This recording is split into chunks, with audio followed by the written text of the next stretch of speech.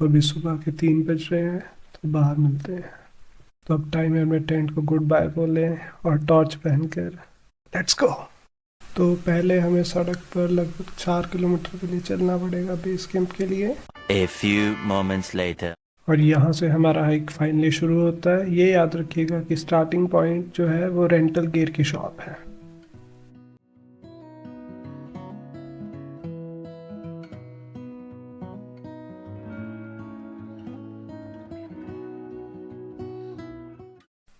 तो लगभग 15 मिनट और हमें लगता है कि हम फाइनली वहाँ पहुँच जाएंगे।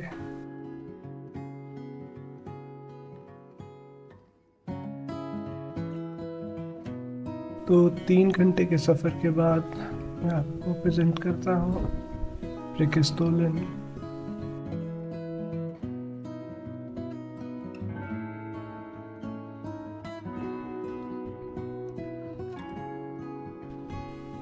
तो आइए अब आपको रिकेस्तोलन की 600 मीटर गहराई से मिलाया जाए।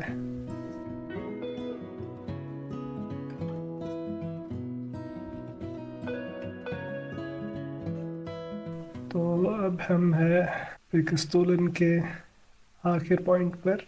तो ये काफ़ी बेहतरीन स्पॉट है और काफ़ी खतरनाक भी। तो मैं नहीं चाहता कि मैं पीछे स्टेप करके खाई में गिर जाऊँ। याद रखिए कि यहाँ सुबह जल्दी आ जाए, वरना आपको फ़ोटो के लिए लाइन में खड़ा होना पड़ेगा। और ये है हमारा ट्राइपॉड, जिससे हम बिना किसी की मदद के अपनी फ़ोटोज़ खुद खींचते हैं। तो अब है वक्त वापस जाने का। तो पहले अंधेरे की वजह से मैं आपको ट्रेल का रास्ता नहीं दिखा पाया, तो वापस जाते वक्त मैं आपको पूरा ट्रेल दिखाऊंगा। कुछ लोग जैसे कि टॉप पर भी मेन स्टॉप से पहले भी कैंप करते हैं। तो यहाँ पर काफ़ी क्लियर इंडिकेशंस रखी हुई है कि इस पर्टिकुलर पॉइंट के बाद ना तो आप कैंप कर सकते हैं और ना ही यहाँ से ड्रोन उड़ा सकते हैं। तो पूरे हाइक में 3 मेन डिसेंट है जो कि लगभग 100 to 150 metre each time inclination gain करते हैं। अगर आप देखें तो ये पूरा रास्ता मोस्टली बड़े बड़े पत्थरों से बना हुआ है, और इस पर सही रास्ता मार्क करने के लिए आपको पोल्स गड़े हुए मिल जाएंगे, जिन्हें फॉलो करके आप सही रास्ता फॉलो कर सकते हैं। इसके अलावा मैं जीपीएस मैप भी इस हाइक का लिंक कर रहा हूँ डिस्क्रिप्शन में। रास्ते के कुछ पार्ट पर आपको ऐसे वुडन रेलिंग्स और छोटे मेटल ब्रिजेस भी मिलेंगे।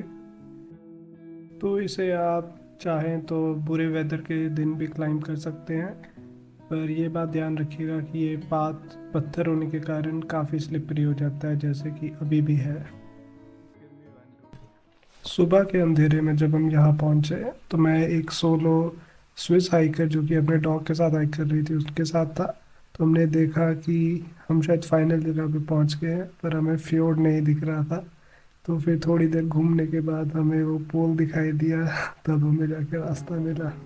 ट्रेन शेल्टर लगभग 1 किलोमीटर है समिट से, और यहाँ पर भी लोग कुछ कैंप करते हैं क्योंकि इसके पास एक साफ पानी की बॉडी है जो आई थिंक काफ़ी यूज़फुल रहेगी। तो सुबह के टाइम में पूरा पानी एकदम मडी दिख रहा था, पर पास से देखने पे काफ़ी साफ पानी है। पर फिर भी मैं रिकमेंड करूँगा कि अपना ड्रिंकिंग वाटर खुद कैरी करें।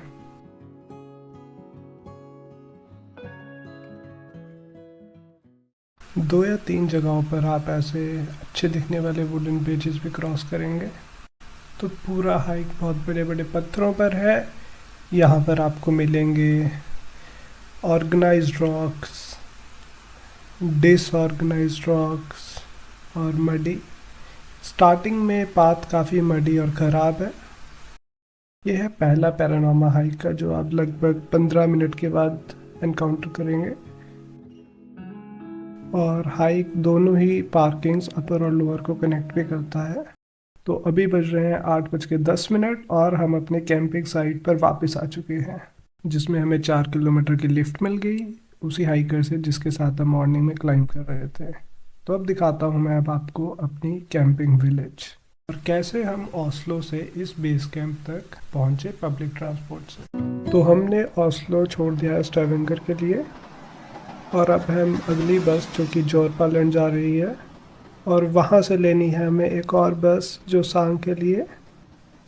तो ये जर्नी है 3 बसेस की, ओस्लो से स्टावेंगर, स्टावेंगर से जोरपालैंड और जोरपालैंड से जोसांग। और तब होंगे हम बेस कैंप ऑफ पुलपित्रा के करीब।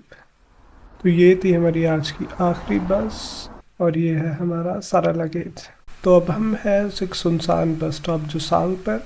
ये एक आखिरी बस स्टॉप है जहाँ पर आप पब्लिक ट्रांसपोर्टेशन के द्वारा प्रेकिस्तोलन तक पहुँच सकते हैं।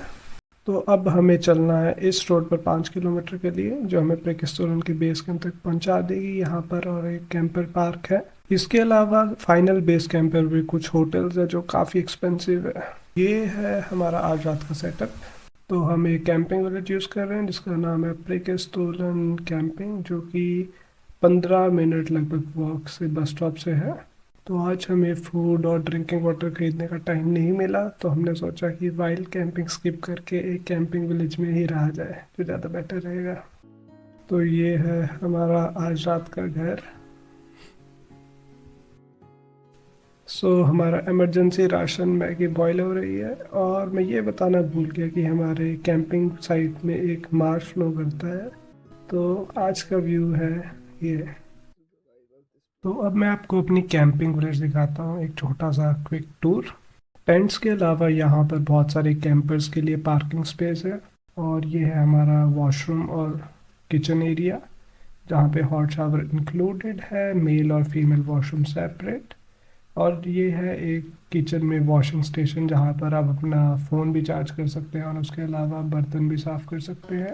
और ये है दूसरी साइड कैंपिंग विलेज की, जहाँ पे है मोर कैंपर्स, और उसके अलावा जो लाल बिल्डिंग है वो है हमारा रिसेप्शन। कम्युनिटी गेट्स भी है जहाँ पर कुछ टाइम के बाद गाड़ियाँ एंट्री नहीं कर सकती। ये है हमारा रिसेप्शन और रेस्टोरेंट एरिया, जहाँ पर आप अपनी बुकिंग रिसीप्ट्स और उसके अलावा वाईफाई का पासवर्ड कलेक्ट कर सकते हैं। तो अब हमें जोसांग पर जो बस लेनी थी वो सैटरडे को नहीं चलती है, तो अब हम पैदल चल रहे हैं जोरपालैंड की तरफ, काफ़ी सारे लगेज के साथ। लकीली थोड़ा दूर चलने के बाद हमें कुछ लोग मिले जिन्होंने हमें लिफ्ट दी जोरपालैंड तक, और बातों में पता चला कि वो एक ऑटोमेशन इंजीनियर ढूंढ रहे थे जिसकी जॉब मुझे देने की बात कर रहे थे। सोचा कि नॉर्वे मूव होने के लिए ये ऑप्शन भी ले सकते हैं। तो जोरपालैंड से हम जा रहे हैं वापस स्टावेंगर, जहाँ हम कुछ दिनों के लिए रुकेंगे और अपना आगे का ट्रैवल प्लान करेंगे। तो सफ़र में जुड़े रहने के लिए लाइक और फॉलो करें, और कोई भी क्वेश्चन हाइक के बारे में कमेंट में लिखें।